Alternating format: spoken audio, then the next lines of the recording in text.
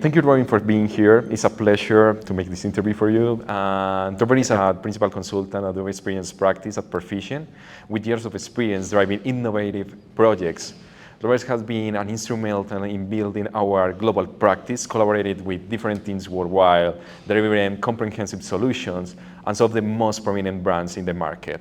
Well, first of all, thank you. And it's been a pleasure getting to know you and getting to know the rest of the team here in Medellin. And I've had such a great time, and the hospitality has been just incredible.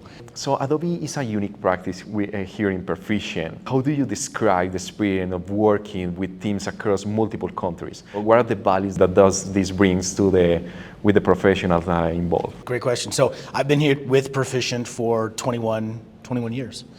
And I've been with the Adobe practice here at Perficient for 15 years.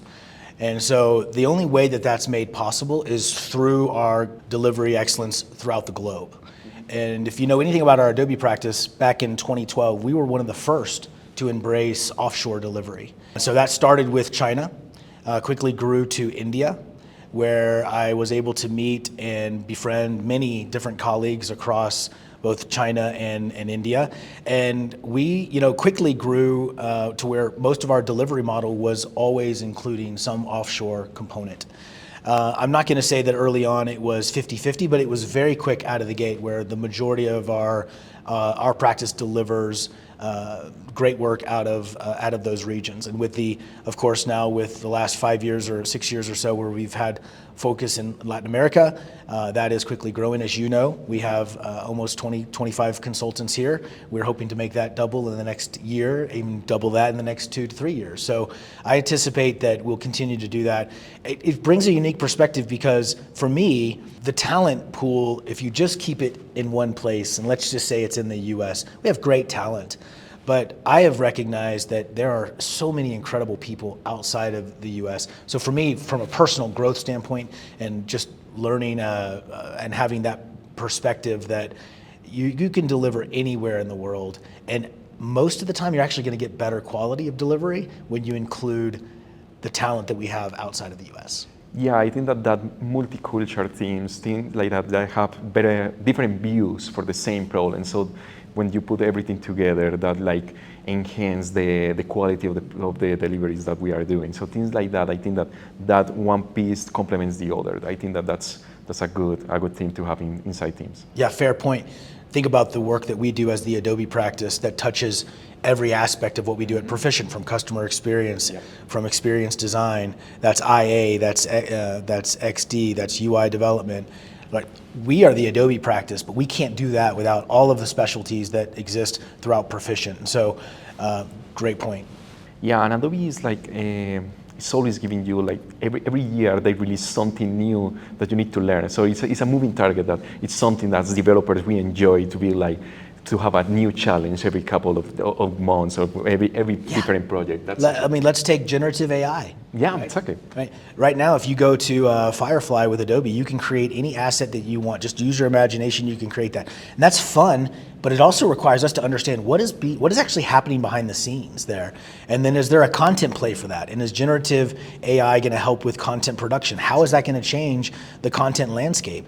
The ability to just create content now, is that going to take copywriters' jobs? There's a lot of things that we as consultants need to be able to educate our customers with. How would we tailor that with using AI? How would we tailor that content for the client, for the client's client? Yeah. So something like that. It's really amazing. Helping our customers understand what the magnitude of Gen AI will be within their organization. How is it helping them reduce cost? How is it helping them to protect against content proliferation? There's a cost to using generative AI. We should be aware of what those costs are, and we should be educating our customers how to protect them against overuse of Gen AI.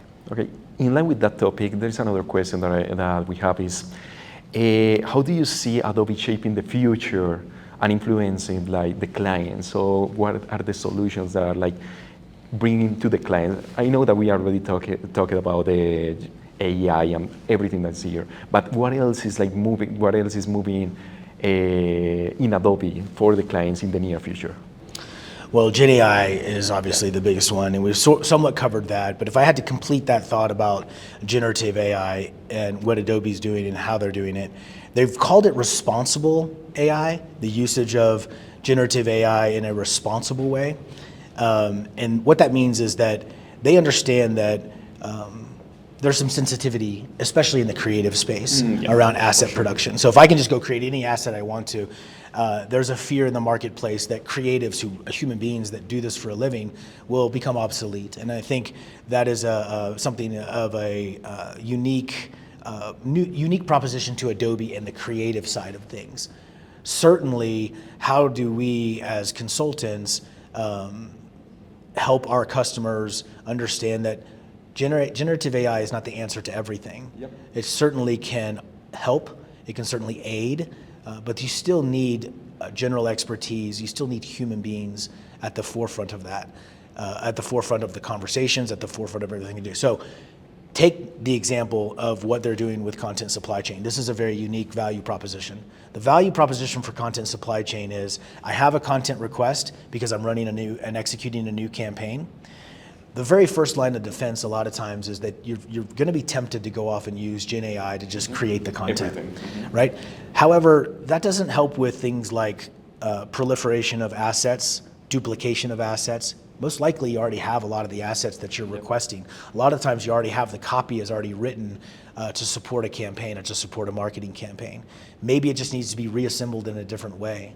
Intelligent search is probably the first line of defense. And another aspect of Adobe learning that when you're in the Adobe space, you're going to have to learn search. You're going to have to learn about search platforms. And intelligent search with things like Coveo and others are an important first step into initiating the content supply chain. Why even make the request to create content if you can just go to an intelligent search engine and find that content first? Okay, so let's just start there. Let's just stop the flow of content requests coming into the platform or coming into the content supply chain request. And then you talk about how you use generative AI when there is a need to use generative AI.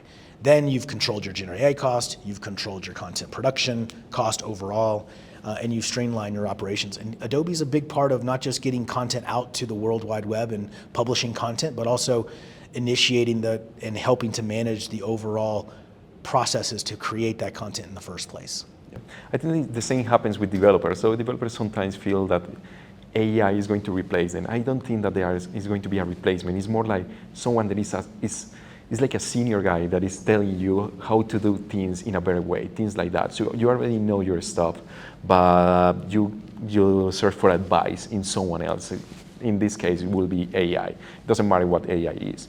So it's more like the developer is still there, but it could write code in a more efficient way, with a not bug-free, but something like less bug prompt to have less errors and things like that. So it's a complement for me.